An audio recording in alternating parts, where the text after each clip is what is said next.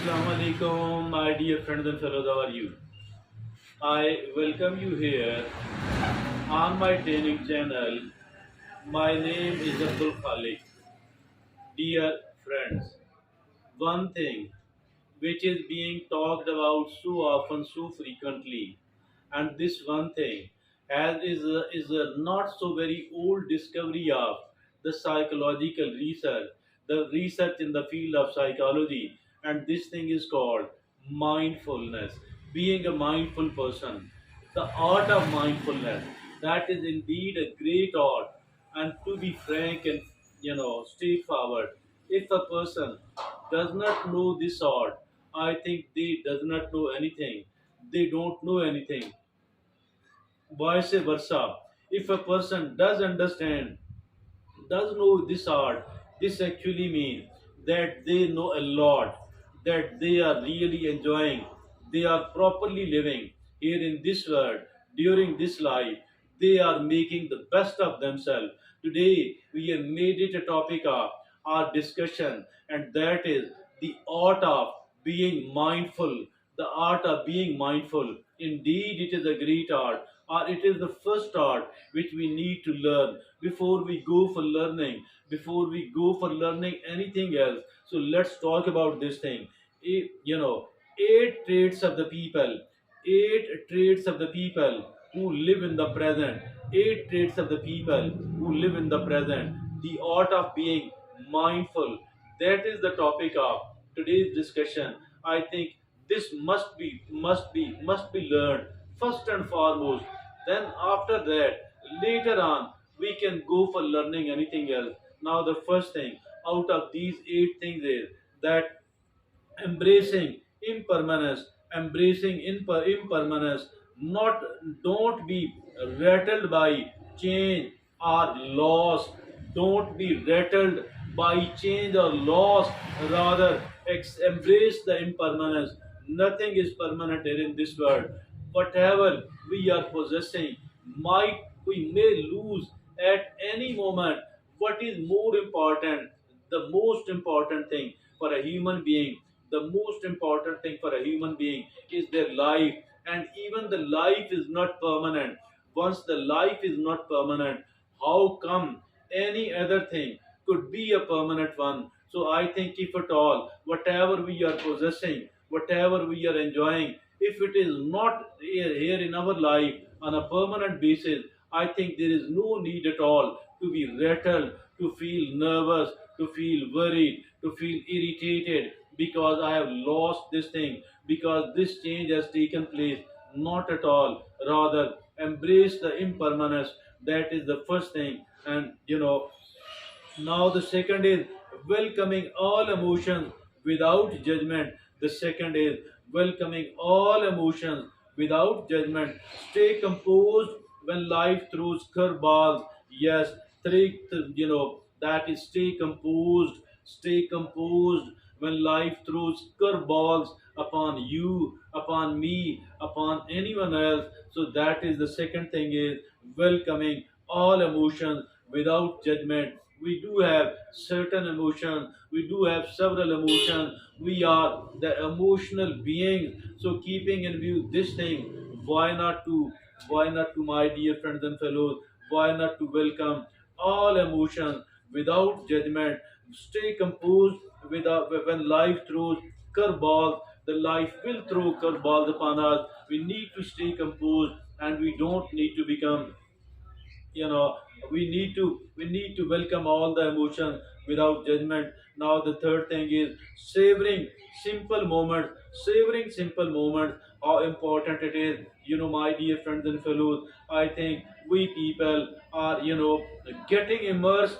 Like this is this is the greatest thing for me. Savoring the simple moment.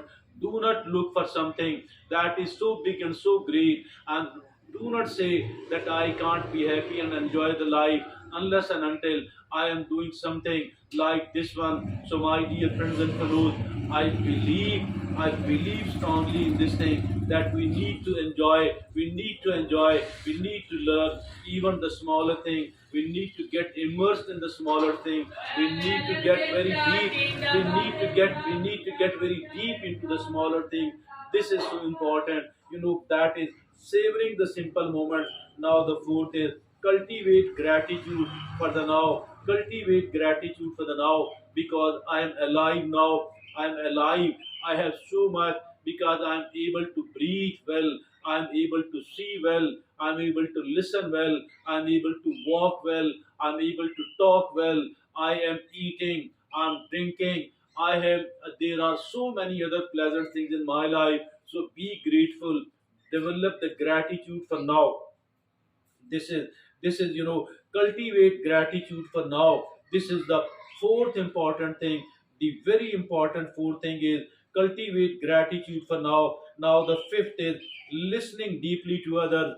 Listening deeply to others. We do need to listen deeply to others, because while we are listening, usually what does happen, that we are thinking what to respond, what to say. I think that is totally and absolutely wrong. We need to listen deeply. We need to focus and concentrate, and not to think while we are listening that what I have to respond, what I have to talk. So, my dear friends and fellows, this is so important. Why? Because there is so much good which we can learn. There are such a good information. There is something good based on the knowledge. There is something very good based on the wisdom. If at all we fail to concentrate upon all that, what is going to happen? That I think we will be missing a lot, and ultimately, not only this thing, rather the person we are listening to will not be respecting us as well.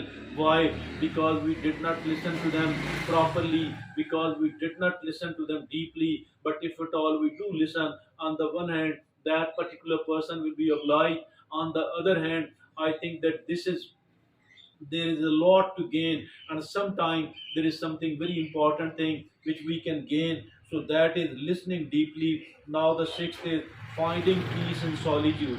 Finding peace in solitude. People want to be the party people. They want to be amongst the friends.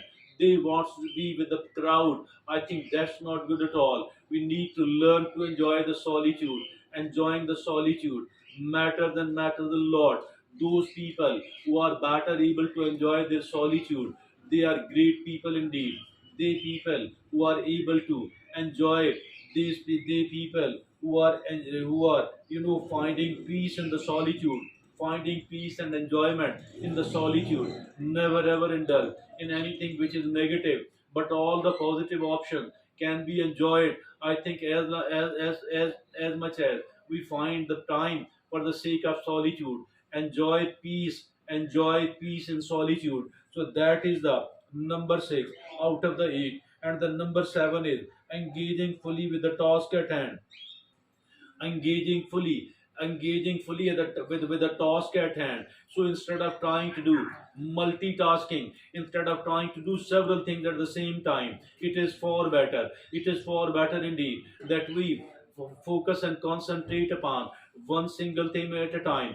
This one single thing, it will, on the one hand, we can enjoy it better, we can enjoy the life better. On the other hand, as for the quality, as for the efficacy of the work is concerned, it will go much upward, and there will be far lesser errors and mistakes. So, dear friends and fellows, now the seventh thing is that engaging fully with the task at hand, engaging fully with the task at hand, fully, deeply immerse yourself, deeply immerse yourself, deeply immerse yourself with the task at hand. So that is the item number seven. And now the eighth thing is that releasing the need for for controlling everything or everybody.